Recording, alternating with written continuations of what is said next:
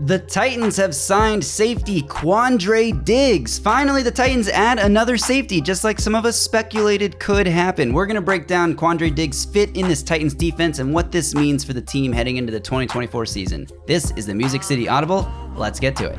Oh, welcome everyone to another episode of the Music City Audible podcast presented by Broadway Sports Media in partnership with 440 Sports. I'm Justin Graver, with me as always, Justin Melo, and today we have a very special emergency podcast episode to talk about the Titans signing safety Quandre Diggs. We didn't know if they would add another safety, but they've pulled the trigger on this move. I think it's a great move. We're going to break it all down, but while I've got you here, make sure if you're just tuning in for the first time to our channel that you hit subscribe, because we've got tons of great Titans content here on this channel. We're going to deliver to you the entire football season long. So hit subscribe to the Music City Audible, give this video a like, thumbs up, and turn on channel alerts so you get a notification every time we drop a new video. And best way you can help this channel grow is to comment anything below on this video. Comment, are you excited about Quandre Diggs? Did you wish it was Justin Simmons a little bit, or are you happy with Quandre Diggs? Comment hook 'em horns if you're like me and you know that Quandre Diggs was a Texas Longhorn, you're excited about that aspect of it. Just comment anything below. And also want to let everyone know that this episode is brought to you by Sinkers Beverages in East Nashville, Bluegrass Beverages in Hendersonville. We'll talk more about Sinkers Beverages in a bit, so stay tuned for that. But Justin, the Titans did it. They signed another safety, a center fielding, ball hawking type of safety to complement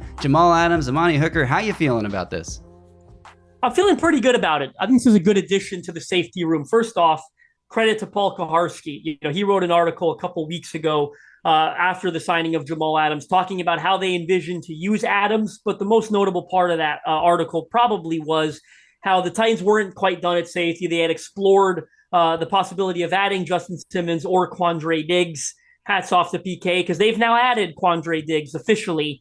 I do think this is a good move. First of all, why was he a free agent? So the Seattle Seahawks released him from his contract earlier this summer, just like they did with Jamal Adams. Pretty funny. The Titans are reuniting the Seahawks starting safeties from last year in Tennessee. But why did they release him? Well, I think it was always in the cards. I don't think it's because he didn't play well. The way they structured his contract, when they cut him earlier this summer, they cleared $11 million in cap space. If he was on the roster, he knew he wasn't going to be on this roster. He was carrying a cap hit of $21.3 million.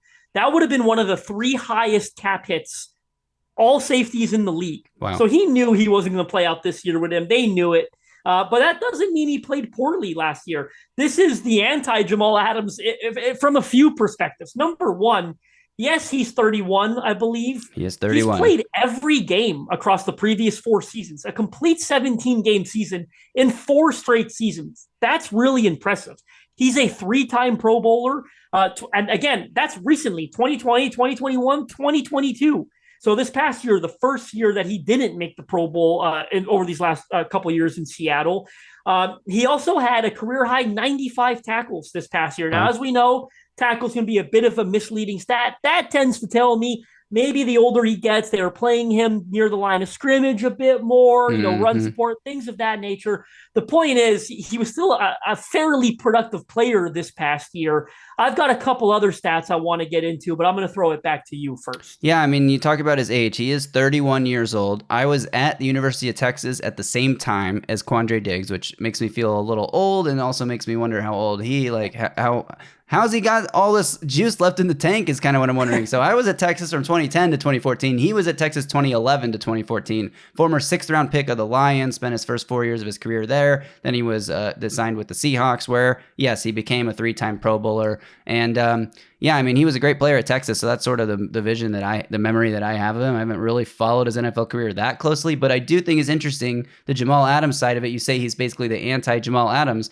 It's like there's a reason that pairing worked in Seattle, and now you bring that pairing at times. Yeah, it didn't work this past year. Well, they had a lot of holes all over the defense and the offense, to be clear. But yes, I mean, you bring that same pairing to Nashville, but you add Amani Hooker into the mix to sort of supplement the roles, and now you have a much more versatile back end of the defense for Denard Wilson to play with, because instead of just like defaulting Amani Hooker into the center field role and defaulting Jamal Adams or Elijah Molden, whoever ends up starting, into more of a box role where you want to limit when they are in coverage, now you have Quandre Diggs in the mix, who, even at 31 years old, I think can still be a capable coverage center fielding type of safety. I think Amani Hooker is still your best center fielder in that role, but Quandre Diggs can do that, and he can come up and play in the box. We know Amani Hooker can do both as well. We know Jamal Adams and Elijah Molden are best near the line of scrimmage. So now you can put all 4 guys, depending on how you divide up their snaps, into their best positions to succeed while still maintaining some elements of versatility to disguise coverages so that the quarterback doesn't know where Amani Hooker's going, where Quandre Diggs is going. You could play those 2 guys together at safety. You could play either of those 2 guys with Adams or with Molden, so it helps if this injury-prone group, if someone goes down, you should still have the versatile talent necessary to field a capable secondary, a capable back end at the safety position. I think this signing, I don't know how much it raises the ceiling for this Titans team overall, because again, at 31 years old, I don't know how much Quandre Diggs has left in the tank, but I think it immensely raises the floor in the event, especially that one of these injury-prone guys has to miss 5 games at some point this season, you know? I agree with you. I think that's a really good point, because I think there's no debate that he's a much better free safety center fielder than, say, Elijah Molden or Jamal Adams. Right. So if you were ever going to find yourself in a situation where one of those guys was going to be playing that role on occasion, which you were guaranteed to if you didn't make this move. At some point, right? Because Amani Hooker will miss 3 games this year, if not 6, if not 1. I mean, he's going to miss. It's happened every year of his career. It's going to happen. Even if he doesn't, the point is, if those are the only 2 other safeties you have on the roster, on the field, essentially, they're going to be playing that role a little bit. Yeah. But now you've got Quandre Diggs, to supplement that a little bit. By the way, I gave PK credit. I'm too nice. I should have also given myself a little credit, because I wrote an article on Titan Size recently saying they should make this move. They should sign Quandre Diggs. Now they've gone ahead and done it. I do want to talk about some of the other numbers. The numbers even from last year, because they were still pretty good. Pro Football Focus credited him with playing more than 1,000 snaps as a free safety. They designated 680 of those as coverage snaps. Okay, well, how did he do in coverage? He allowed 20 receptions on 28 targets. Okay, completion percentage, not the best, but it's not bad. Well, let's talk about that. 28 targets. He was in coverage on 680 snaps. Yes. Yes, exactly. But what's even more impressive to me, I think where I was going with that, essentially the big picture, 1,000 snaps at free safety, 680 snaps in coverage. He only allowed 247 yards and 1 touchdown. Now, again, we know this comes from PFF, grain of salt and all that. But you watch today, he was pretty good last year, very decent. Again, certainly a lot better than what the Titans had in this role outside of Amani Hooker. And you look at some of his historical numbers, 2019 to 2022, what a ball hawk, 17 interceptions. That's an astounding number across that time frame. Only 1 this past year. Is that age catching up to him? Is that just dumb blind luck? Because a lot of times that's what interceptions are, dumb blind luck. We don't know. It's hard to say with a sense of definitiveness, but we'll have a better idea this year. But the point is, throughout his career, he's had a great knack for getting his hands on the ball. This is a good quality addition. I think you summed it up perfectly, saying how much it raises the floor, because now it allows you, and I'm going to go back to that Paul Kuharsky article. He talked about the Titans maybe having multiple roles for Jamal Adams, a big nickel that can play in the box and maybe cover tight ends on occasion or support the run, blitz, what he's best at, which Denard Wilson knows he's best at, by the way, because he coached him for a bunch of years with the Jets and he had a lot of sacks, a ton of sack production. So, but now it allows you to have him play a big nickel, blitzing safety, dime linebacker, because you've got someone like Quandre Diggs who will support Amani Hooker on the back end. When I wrote that article for Titan Size saying they should sign him, I had a bunch of guys jump in my mentions. You already acknowledged it, but I want to bring it up. Why would you want to reunite the Seahawks safeties from their 28th ranked secondary and all that? I do think having Amani Hooker makes a pretty big difference in this equation. When he's healthy, certainly the Seahawks didn't have a third safety that's capable of playing at Amani Hooker's level.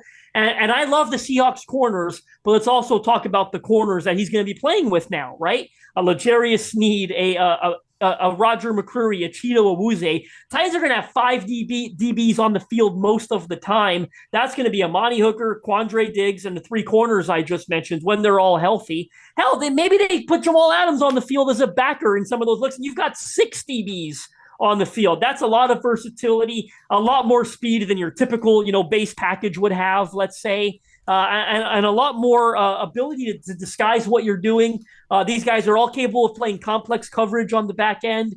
Denard Wilson's got to be smiling ear to ear right now. Yeah, I totally agree. I mean, this just raises what the versatility, the options he has now are so much better. And yeah, the depth, like Elijah Molden gets pushed down a notch, so now he's not being relied upon as your third safety. And I just can't believe the Titans, like, it makes me think that they were planning to do this somewhat all along, right? Like when they signed Jamal Adams, they knew what role they wanted him in, and they were still thinking, well, look, there's two high-quality safeties on the market, Justin Simmons and Quandre Diggs. If one of them brings their asking price down a little bit as we get into training camp, we can go target that guy. So I think I have to believe that this didn't just, they got to training camp and they saw Elijah Molden playing safety and they were like, oh no, we need to go get Quandre Diggs now. Like, I think this was probably a long-standing plan where they were negotiating for months, and they'd like send a feeler offer out to the agent, or just like a message out to the agent, like, so any change in what Quandre wants? And the agent would be like, not yet. And then as training camp starts developing, they're like, hey, there's 3 weeks until the season starts. Does Quandre Diggs want to play football this year? And then the agent starts to play ball. Like, I feel like that's probably how it went, as opposed to them just showing up to training camp, seeing the guys get on the field and be like, ah, shit, we need a safety. By the way, Diggs, he commented on Twitter when they signed Jamal Adams. He commented like, yes sir, 33 or something like that. So he was very locked into what was going on with this organization. I'm sure he's talked to his pal Jamal Adams, and I'm sure they're both excited to reunite. This is a good move for the Titans that gives them more depth, makes them better on the back end. Yeah, and like, the Titans needed this. It makes Denard Wilson's life a lot easier, I think, because we've talked about why. And I don't know, anything else you want to add about Quandre Diggs? I feel like we pretty much covered it.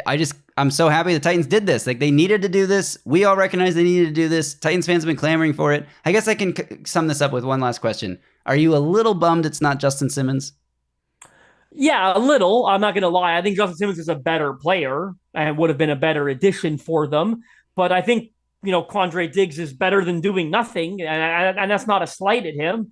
I think he's the second best safety on the Titans roster now. Yeah. Right? So that's an upgrade, no doubt about it. And again, I think my favorite part of this is it places realistic expectations on Jamal Adams and Elijah Molden. You're not going to ask them to do more than they're capable of, right? Elijah Molden last year, 222 snaps in the box, 274 as a free safety. He is a sub-package nickel defender that should be rotating into, wearing a couple hats, but he shouldn't be wearing one of them too often because that's not his strength. So this ensures that he'll be playing the role that he should be playing. And same for Jamal Adams. So I think, again, it's going to be a rotational guy. It's going to help keep him healthy, hopefully, throughout the course of the year. And it's going to allow him to do what he's good at doing. That's blitzing, playing in the box, yada, yada. So this raises the floor for the whole group. I'm definitely a fan and in favor of this move. Yeah, and we didn't touch on the contract at all. That's because we recorded this too quickly to get any details on the contract. But I have to imagine that the big reason that it's not Justin Simmons and that it is Quandre Diggs is simply asking price. Like,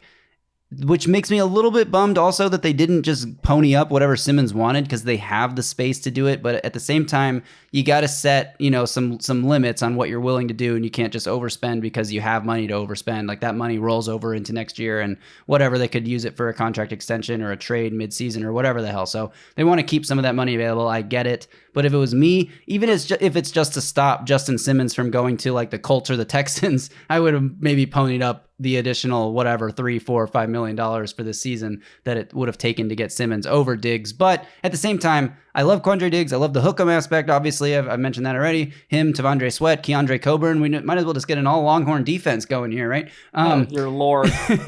So I love the signing overall. I think it was a huge need for the Titans. Takes the safety group as a whole from one of the worst position groups on the roster and one of the most concerning groups on the roster to one of the better, probably not one of the best, but still one of the better groups on the team now. And that cannot be overstated. And like you said, the secondary as a whole, there's no holes now, and there was before. So big move for the Titans. Great signing.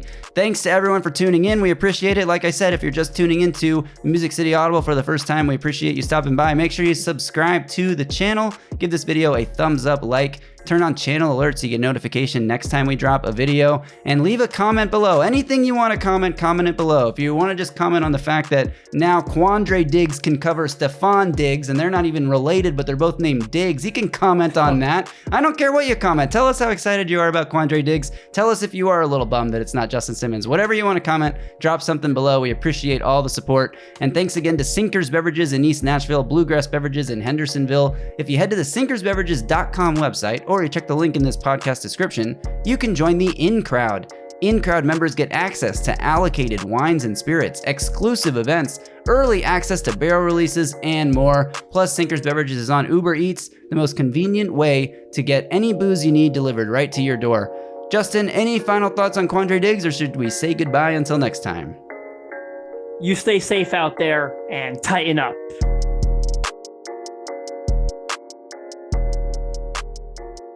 A Broadway sports media production.